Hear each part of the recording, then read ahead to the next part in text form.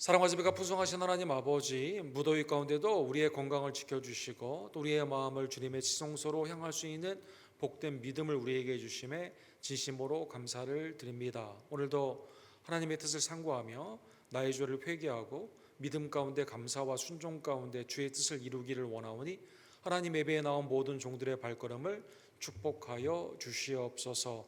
15주년을 맞이하는 우리 교회를 기억하여 주시고 하나님의 거룩한 부흥의 덕으로 세상의 아름다운 통로가 되는 하나님의 복음의 역사, 자라남의 역사, 거룩한 하나님의 뜻을 이루어가는 부흥의 역사로 우리 교회를 축복하여 주시옵소서.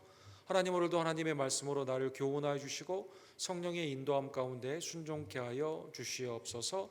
예배의 시정일관이 온전히 주님께 영광 돌려지기를 간절히 원하며 살아 역사하시는 우리의 유일한 중보자 예수 그리스도의 이름으로 간절히 기도합니다. 아멘. 하나님의 말씀은 사무엘하 22장 다윗의 승전과 우리 앞부분 오늘 첫 번째 부분을 상고하기를 원합니다. 사무엘하 강의 26번째 시간, 사무엘하 22장 1절에서 7절 우리 한 절씩 함께 교독하기를 원합니다. 다윗의 승전가 22장 사무엘하. 여호와께서 다윗을 모든 원수의 손과 사울의 손에서 구원하시는 그날에 다윗이 이 노래의 말씀으로 여호와께 아뢰어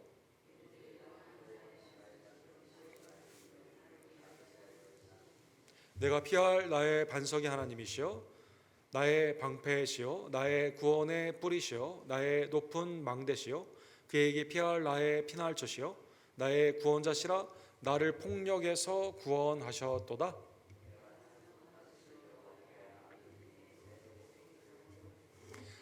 사망의 물결이 나를 애우고 불의의 창수가 나를 두렵게 하였으나 7절 우리 다 같이 읽읍시다.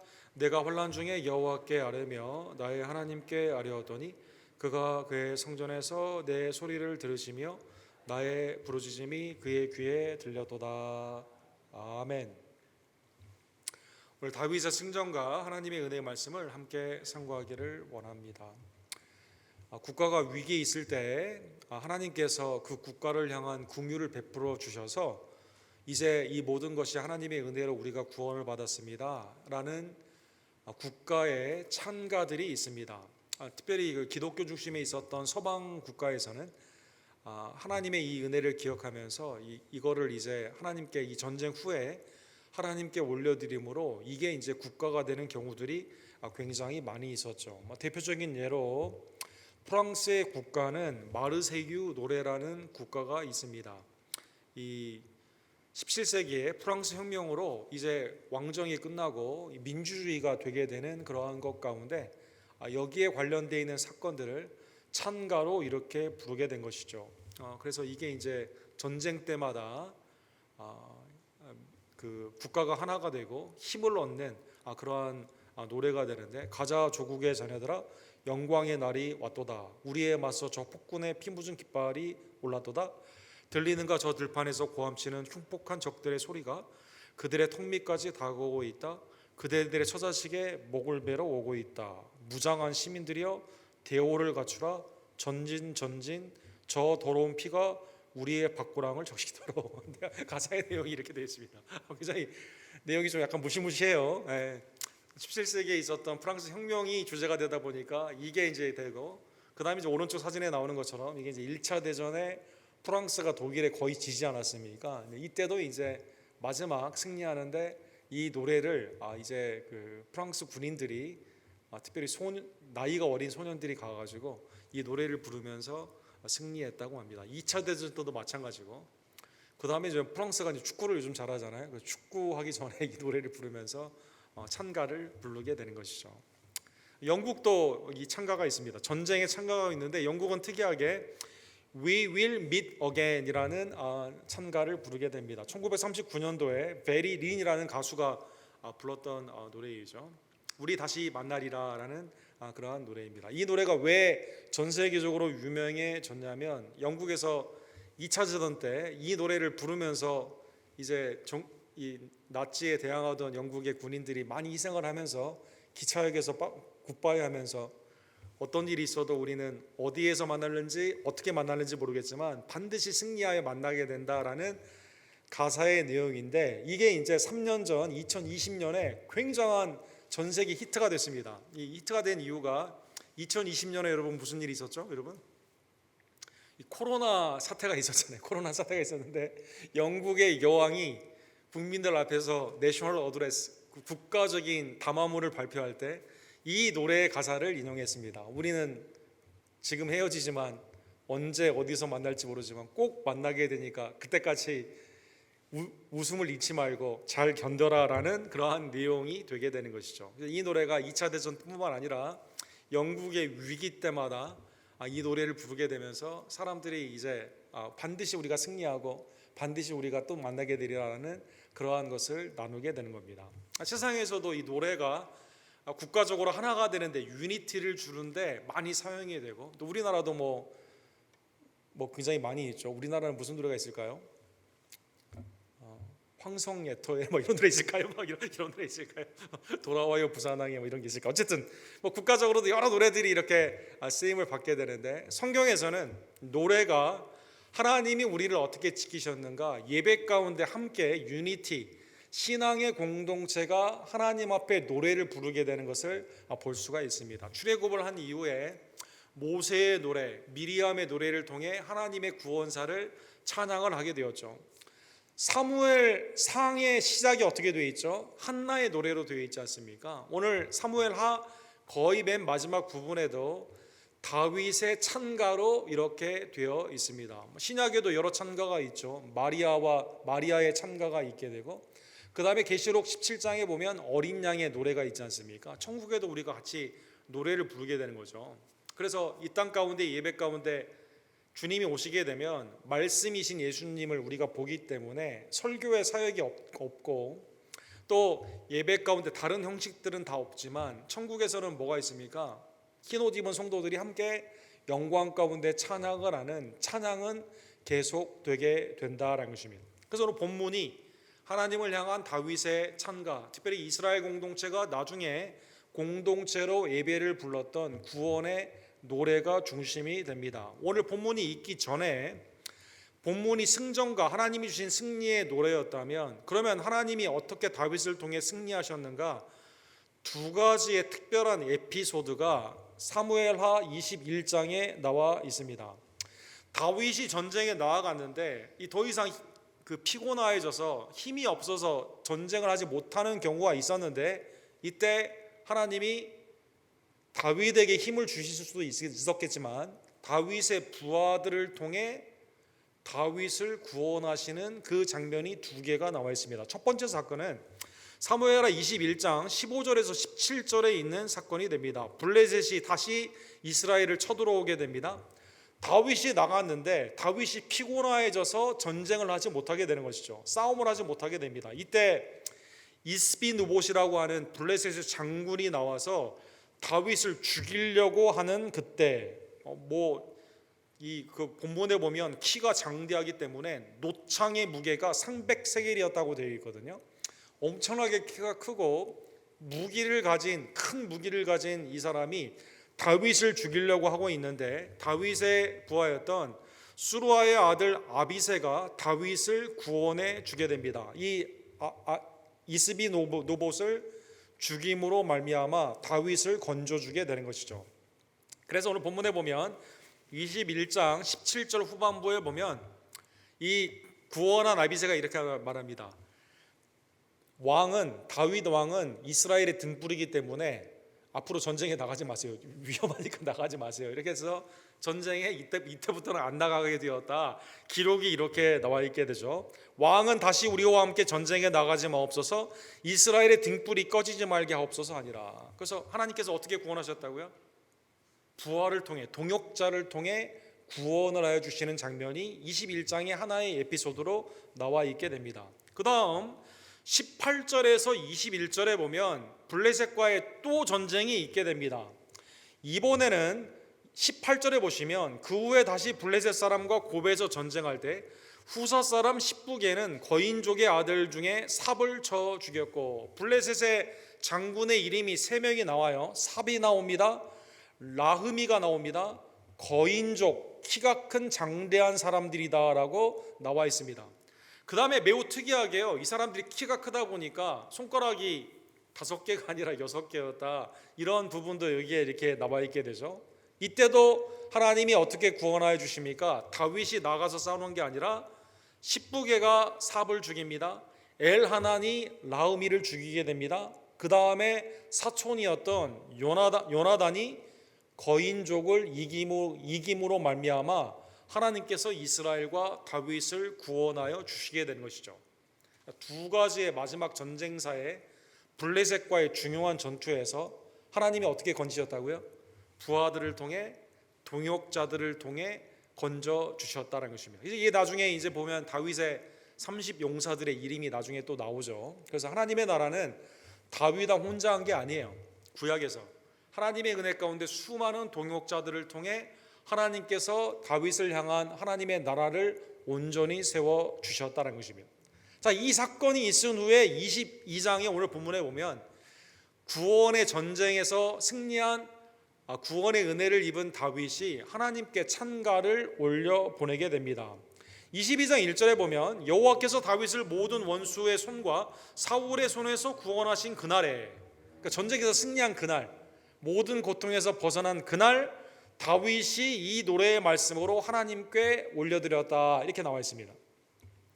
특이한 것은요, 사랑하는 성도 여러분, 시편 18편에 보면 오늘 본문에 나온 내용과 거의 똑같은 내용으로 다윗의 승전가가 기록이 되어 있습니다. 그래서 같은 구원의 찬가다라는 것입니다. 그러면 성경에 왜 같은 사건이 두 번이나 이렇게 똑같이 언급이 될까요? 이거는 뭐 한 4가지 정도, 월터 브루그만이라는 유명한 신학자가 있는데 그분의 그 연구를 통해서 우리가 알 수가 있는데 4가지 정도 생각해 볼 수가 있죠. 역사적으로 실제 일어난 것은 사무엘하 22장 주위에 있는 그때의 시간이었고, 이것을 시편 18편에 다시 회상하여 다시 이것을 썼다. 그래서 실제 역사와 회상이라는 측면이 있습니다. 그 다음에 성경의 저자의 하나님의 영감이 성령이 저자가 아닙니까? 그래서 이것이 매우 중요한 성경의 주제가 되기 때문에, 성경의 매우 중요한 사건이 되기 때문에, 하나님이 어떻게 다윗을 구원하셨는가, 이게 중요한 내용이기 때문에 반복하여 의도적으로 이것을 기록했다는 것입니다. 또 하나는 이제 시편 18편은 이 내용이 예배의 형식으로 주고받는 그러한 찬양으로 되어 있거든요. 그래서 아마 역사적인 이 사실을 이스라엘이 아까 프랑스나 영국의 국가들이 시기 때마다 그 노래를 사용했다고 하지 않았습니까? 그것처럼 이스라엘이 예배 가운데 사용했기 때문에, 여러분, 우리가 역사적인 사건을 이걸 서술로 말하라고 하면 힘들지만 이 노래로 부르게 되면 이게 그때가 생각이 나서 다시 힘이 나지 않습니까? 우리나라도 뭐 6.25 노래가 있고 3.1절 노래가 있고 개천절 노래가 있잖아요. 또다시 만져보자. 그 3.1절 노래 생각이 갑자기 안 나네요. 또다시 만나보자. 그런 거 있지 않습니까? 예배시 이렇게 사용이 되면서 하나님이 우리에게 주신 구원의 역사를 이스라엘이 도취하기 위해서 이 내용이 18편의 시편에 다시 사용이 되었다는 것입니다. 그 다음에 이제 생각할 수 있는 것은 구약 전체가 사실은 하나님을 향한 예배의 찬양의 말씀이거든요. 아까 말씀 것처럼 하나님이 창조하셨을 때 이는 내 뼈 중에 뼈요 살 중에 살이다. 누가 부른 찬양이죠? 아담이 하나님께 부른 찬양이거든요.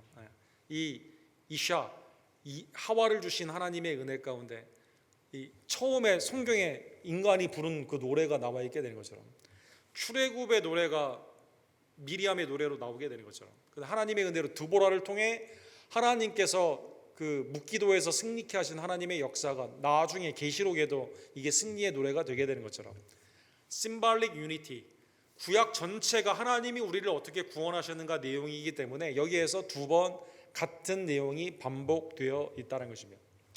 내용을 보시면 시편 18편과 22편은 구성이 똑같습니다. 1절에 보면 구원의 하나님을 찬양하는 표제가 나와 있고, 2절에서 4절에 보면 하나님은 나의 반석이시다, 이 주제가 나와 있습니다. 그 다음에 5절에서 20절에 보면 하나님이 어떻게 개입하시고 구원하셨는가 내용이 나와 있습니다. 21절에서 30절에 보면 하나님이 구원하신 근거가 뭐냐, 이유가 뭐냐 나와 있습니다. 그 다음에 31절에서 46절에 보면 하나님은 은혜 가운데 자비로우신 하나님이 나를 선대하셔서 구원하셨다. 하나님의 은혜의 성품이 나와 있습니다. 그 다음에 다윗이 답가로 47절에서 51절에 보면 구원의 하나님께 감사하고 있는 것을 볼 수가 있습니다. 오늘은 그래서 앞부분 1절에서 20절의 내용을 함께 상고하기를 원합니다.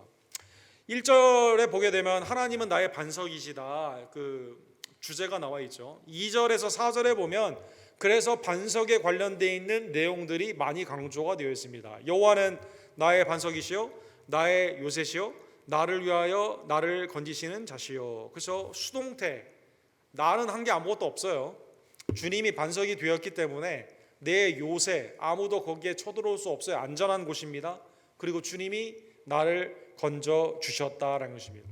이 쉘라라고 되어 있습니다. 이 반석이라는 단어가 히브리 말로 처음에 반석이라는 단어를 사용한 사람은 누구일까요? 성경에 보게 되면 이 단어는 어떻게 사용이 되었을까요? 놀랍게도 야곱이 축복을 하는 가운데 창세기 49장 24절에 보면 반석이라는 단어를 처음 요셉에게 쓰게 됩니다. 요셉의 활은 도리어 굳세며 그의 팔은 힘이 있으니 이는 야곱의 전능자 이스라엘의 반석인 목자의 손을 힘입음이라. 이스라엘이 요셉을 통해 구원받았잖아요.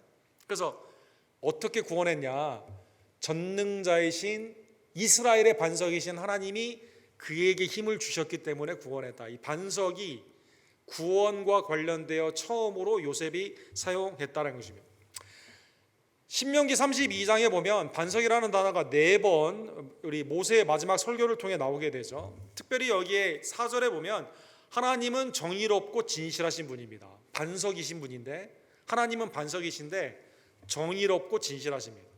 사무엘상 2장 2절에 보면 아까 말씀드린 것처럼 사무엘상의 처음 시작이 사무엘을 은혜 가운데 받은 한나의 기도가 2장에 나와 있잖아요. 거기에서 한나가 하나님을 반석이라고 말합니다. 놀랍죠? 한나가 노래 가운데 찬양 가운데 하나님은 반석이 어떤 반석이실까요? 거룩하시고 다른 신과는 비교할 수 없는 유일하신 하나님이시다.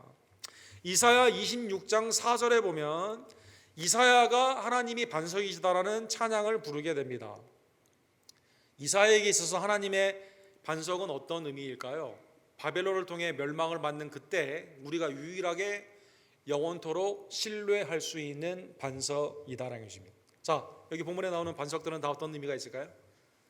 내가 오늘 다윗이 말한 것처럼 의지하여 하나님이 나를 구원해 주시고 내가 그곳에 내 모든 것을 걸 수 있는 내 삶을 믿음 가운데 드릴 수 있는 흔들리지 않고 거룩하시고 영원하신 분이 하나님이시다라는 것입니다. 사랑하는 성도 여러분, 우리가 생각하는 반석은 뭘까요? 예를 들어 홈디포에 가면 좀 내가 락 바위 같은 거 좀 살 수 있냐? 홈디포 같은 데 보시면 정원 같은 데 있는 돌 있지 않습니까? 그거 우리는 없는데 메일 오더하면 할 수 있다라고 해가지고 이제 이 돌을 랜드스케이프 하는 데서 살 수가 있는데 여러 돌을 살 수가 있다고 합니다.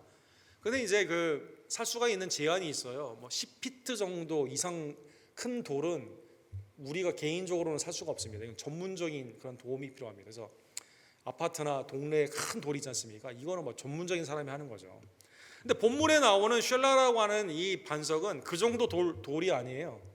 그냥 엄청나게 산 하나가 다 돌로 되어 있는 요르단에 있는 그 돌뿐만 아니라 이스라엘에게 있어서 엄청난 크기의 돌을 표현하고 있습니다. 대표적인 것을 생각해 보면 유대 땅에 있는 돌산으로 하나가 되어 있는 요새가 있죠.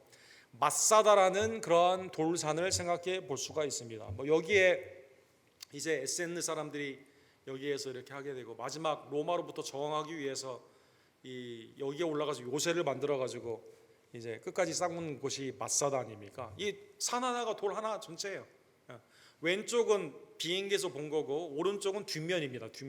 이 뒷면에 이렇게 보면 뒷면에 집을 짓고 이 안에서 살 수 있을 정도로 엄청나게 큰 그것을 반석이다라고 표현하여 줍니다. 우리 동네인은 돌멩이 수준이 아니에요. 하나님은 돌멩이 이게 아닙니다. 내가 나의 삶, 우리의 공동체가 여기에 가게 되면 쉽게 쳐들어오지 못하거든요. 여기는 안전한 곳이거든요. 내 삶이 온전히 거할 수 있는 그러한 곳이다라는 것입니다. 그래서 오늘 본문에 보면 그 반석이신 하나님이 첫 번째로 나를 어디에서 구원하셨을까요? 폭력에서 구원하셨다 이렇게 말하고 있습니다. 3절에 보시면 내가 피할 나의 반석의 하나님이시요 나의 방패요 나의 구원의 뿌리시요 나의 높은 망대시요 그에게 피할 나의 피난처시요 나의 구원자시라. 이 반석을 설명하고 있죠. 방패가 됩니다. 구원의 뿔이 됩니다. 높은 망대가 됩니다. 아까 그 그림 잘 생각해 보시면 됩니다. 피난처가 됩니다. 나의 구원자가 됩니다. 그래서 다른 사람이 나에게 올 수가 없어요. 하나님이 나를 안전한 곳으로, 어디로부터? 위험한 곳에서, 오늘 본문에 보면 강포한 곳이다, 나를 죽이는 곳이다, 폭력적인 곳이다 라고 이렇게 나와 있습니다. 여기에서 구원하여 주셨다는 것입니다. 다윗의 생애를 보게 되면 주위에 폭력적인 사람이 많이 있었습니까? 없었습니까? 굉장히 많이 있었죠. 첫 번째 폭력적인 사람은 누구였죠, 여러분? 집안의 형들이 못 사귀 엘리압과 같은 형들이 막 자기를 못 사귀지 않았습니까? 네. 역사적으로 보게 되면 블레셋의 골리앗을 생각해 볼 수가 있습니다. 가정의 뿐만 아니라 골리앗을 생각해 볼 수가 있죠. 그렇죠? 골리앗을 나갈 때 어떻게 했습니까?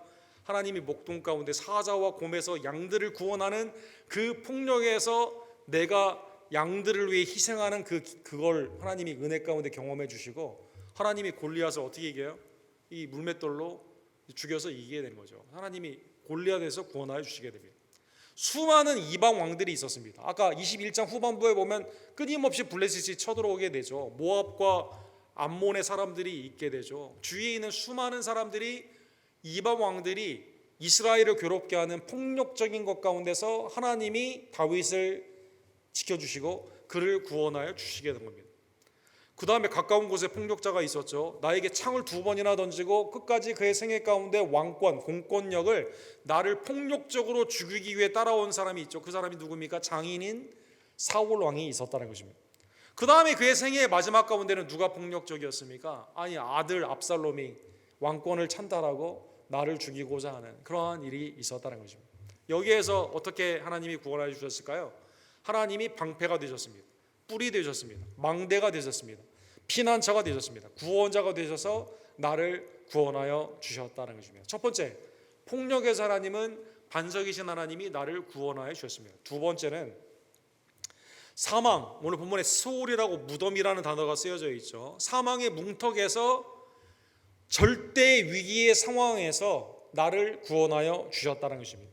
그게 5절과 6절에 나와 있습니다. 사망의 물결이 나를 애우고 불의의 창수가 나를 두렵게 하였으며, 그래서 바다로 표현되는 험한 물결, 이게 죽음을 이제 상징적으로 말하거든요. 그래서 사망의 바다다, 성경에 보면 그런 표현 많이 하죠. 그래서 여기 본문에 보면 죽음이 내 앞 가운데 다 있었어요. 나를 둘러싸고 있었습니다. 스올의 줄이 나를 두르고 사망의 올무가 내게 이르렀도다. 이런 표현을 또 누가 쓰죠, 여러분? 나중에 보면 요나가 이 표현을 쓰게 됩니다. 요나가.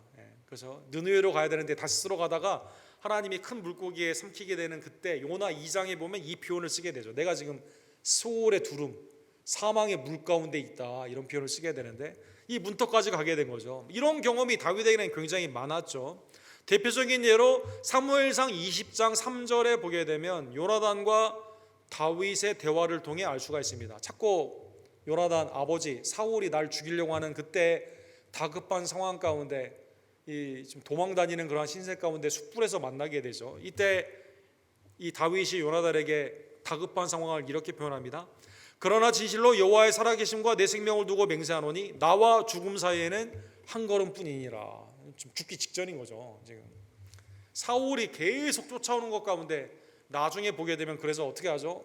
믿음으로 다윗이 행하지 못할 때는 블레셋에 가서 미친 채도 하기도 하고 다른 곳에 도망도 가고 그러지 않았습니까? 그런데 하나님께서 여기에서 본문에 보면 이러한 사망의 직전의 위기에 있었을 때 하나님께서 그를 구원하여 주셨다는 것입니다. 7절에서 오늘 본문 13절까지 보게 되면 하나님은 위기 가운데 다윗이 간구할 때 강림하셔서 나를 구원하여 주셨습니다. 7절에 보시면 내가 환난 중에서 여호와께 아뢰며 나의 하나님께 아뢰었더니 그가 그의 성전에서 내 소리를 들으시며 나의 부르짖음이 그의 귀에 들려도다. 그렇죠. 다윗은 위기 가운데 사실 성전 솔로몬 때 지어졌잖아요. 위험한 상황에서 엔게디 광야나 시글락이나 아니면 아둘람의 공동체 위기의 상황에서 거기에서 간구를 했는데 하나님은 어디에서 들으셨다고 그러죠? 그게 성전에서 들었다 이렇게 표현하고 있습니다. 이 뜻은 아주 심오한 뜻이 있죠. 우리가 지금 예배를 드리지만 이 예배는 어디와 연관이 되어 있죠? 하늘의 성전과 연관이 되어 있죠. 하나님께서 어디에 있든지 우리가 성령 안에서 주님 앞에 기도하게 되면 어디에서 들으시게 됩니까? 천국의 코트, 천국의 그 예배에서 우리의 기도를 들으신다는 것입니다. 그래서 그가 어떻게 하실까요? 8절에서 13절까지 보게 되면 하나님이 강림하여 주셨습니다. 하나님이 강림하실 때 여러 가지 오늘 본문에 보면 현상들이 일어나게 되죠. 모든 땅과 하늘이 진동하게 됩니다. 피조물들이 요동진다는 것입니다. 8절에 그 말씀이 나와 있습니다. 9절에 보면 그가 오실 때 어떻게 됩니까? 연기가 오르고 불이 사르게 됩니다. 10절에 보면 하늘에서 그가 강림하게 되었을 때 발 아래는 어두워지게 된다라는 표현을 하십니다. 11절에 보면 하나님은 이 땅에 오실 때 어떻게 오십니까? 그룹 천사들과 함께 오신다는 표현을 그룹을 타고 나르시며 천군 천사와 함께 오신다라는 것입니다. 12절에 보면 빽빽한 구름으로 둘린 장막으로 심으며, 그래서 구름의 역사 쉐카이나의 영광으로 오시게 됩니다. 13절에 보면 그의 있는 그 앞에 번개나 우레과 같은 광채가 일어나게 됩니다. 큰 소리로 임하게 됩니다. 이 뜻은 무슨 뜻일까요? 그가 임하게 되었을 때 어느 누구도 그 앞에서 죄인인 우리들이 당당히 맞설 수 있을까요? 맞설 수 없습니다. 하나님이 천군 천사와 더불어 구룹을 타고 오시고 번개와 우레와 그 땅이 진동하는 하나님의 영광의 쉐카인으로 오게 되었을 때 아무도 그 앞에서 대적을 하지 못하게 되는 것이죠. 다윗이 간구했는데 성전에서 들으시고 하나님이 임재하심으로 말미암아 이 땅에서 그를 구원하여 주셨다는 것입니다. 네 번째, 자, 폭력에서 그 다음에 사망에서 세 번째 위기 중에서 네 번째에 보게 되면 사망의 바다에 내가 있었는데 하나님이 오셔가지고 거기에서 나를 낚으셨다 이렇게 표현하여 줍니다. 17절과 18절 우리 다 같이 읽도록 하겠습니다. 그가 위에서 손을 내미사 나를 붙드시며 많은 물에서 나를 건지셨도다. 나를 강한 원수와 미워하는 자에게서 건지시며 그들은 나보다 강하기 때문이로다. 내가 지금 어디에 있어요? 나보다 강한 원수들로 말미암아 많은 물 가운데 빠져 죽고 있는데 하나님이 손을 착 내밀어 가지고 강림하신 하나님께서 손을 탁 낚아채 가지고 물에서 착 건져 올리시게 되게 되는 것이죠. 시편 50편 15절에 보면 환난 날에 나를 부르라 내가 너를 건지리니 내가 나를 영화롭게 하리라.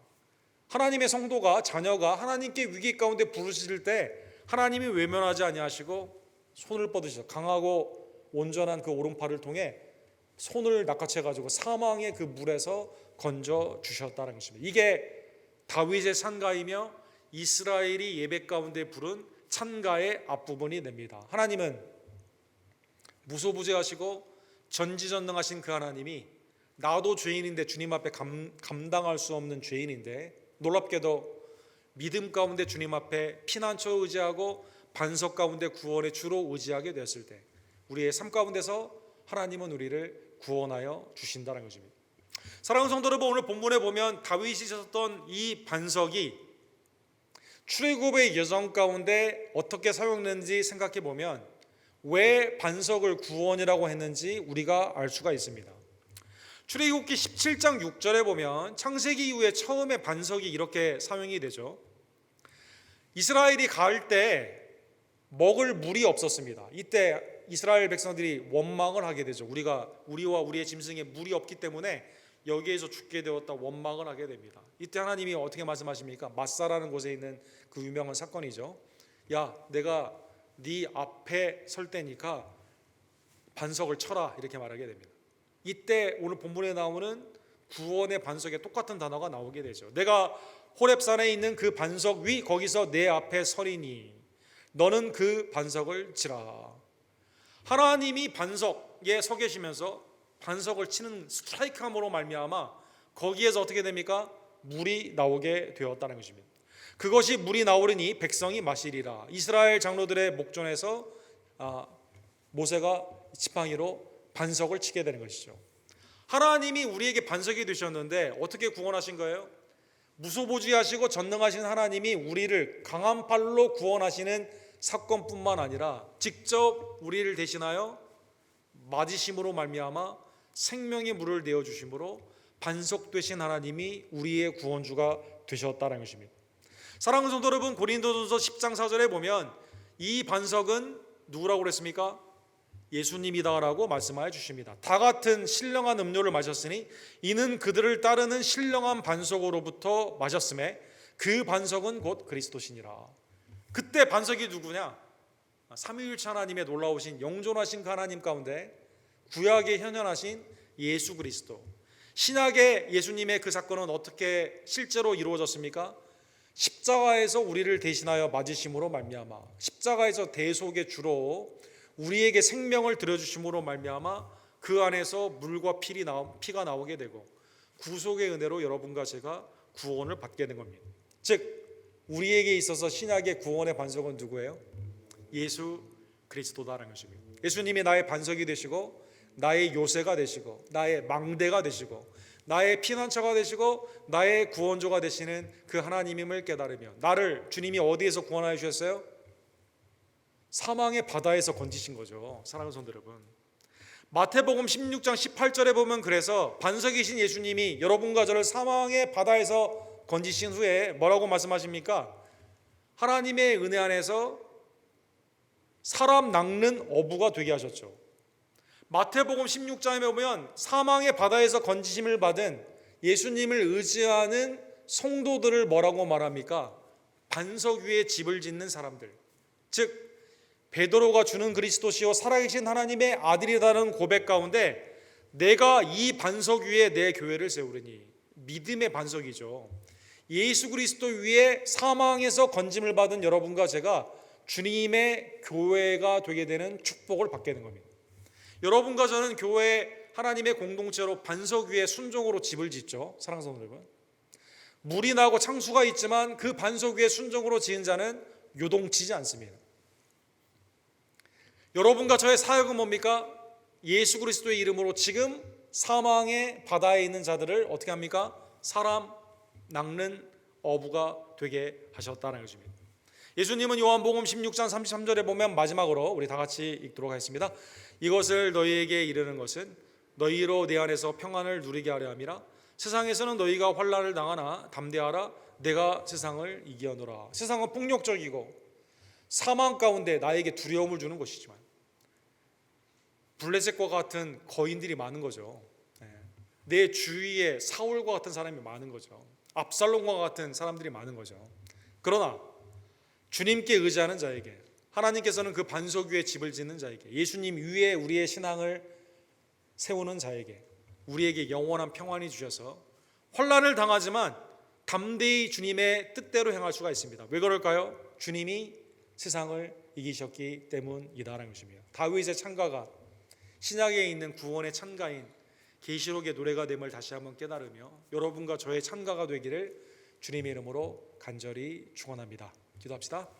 사랑과 자비가 풍성하신 하나님 아버지, 구원의 반석 예수 그리스도를 우리 가운데 보내주시고 그가 맞으심으로 십자가의 죽으심으로 하나님의 은혜의 생명수, 은혜의 보혈이 우리를 죄와 사망에서 구원하여 주심에 진심으로 감사를 드립니다. 믿음의 주 온전케 하시는 그리스도를 함께 바라보는 우리 언덕교회 모든 성도들이 순종 가운데 이 반석 예수 그리스도 위에 우리의 삶을 짓기를 간절히 원합니다. 음부의 권세가 이기지 못하는 믿음의 반석 위에 선 우리 교회가 될 수 있도록 하나님 우리 모든 지체들을 축복하여 주시옵소서. 사망에 빠져있는 수많은 세상 사람들을 향해 복음 대신 예수 그리스도를 온전히 증거함으로 말미암아 우리에게 주신 그 사명, 사람 낚는 어부의 사명을 온전히 성취하기를 간절히 원합니다. 하나님, 원수와 폭력과 사망 가운데 우리를 불안하게 하고 있는 이 세상에서 주님이 이미 세상을 이겼음을 믿으며 혼란 가운데서도 흔들리지 아니하며 담대히 예수 그리스도의 뜻을 행하는 순종의 아름다운 주님의 십자가의 용사들로 우리 언덕교회 모든 성도들을 주님 친히 인도하여 주시옵소서. 우리의 구원의 반석이 되신 구원주 예수 그리스도의 이름으로 간절히 기도드립니다.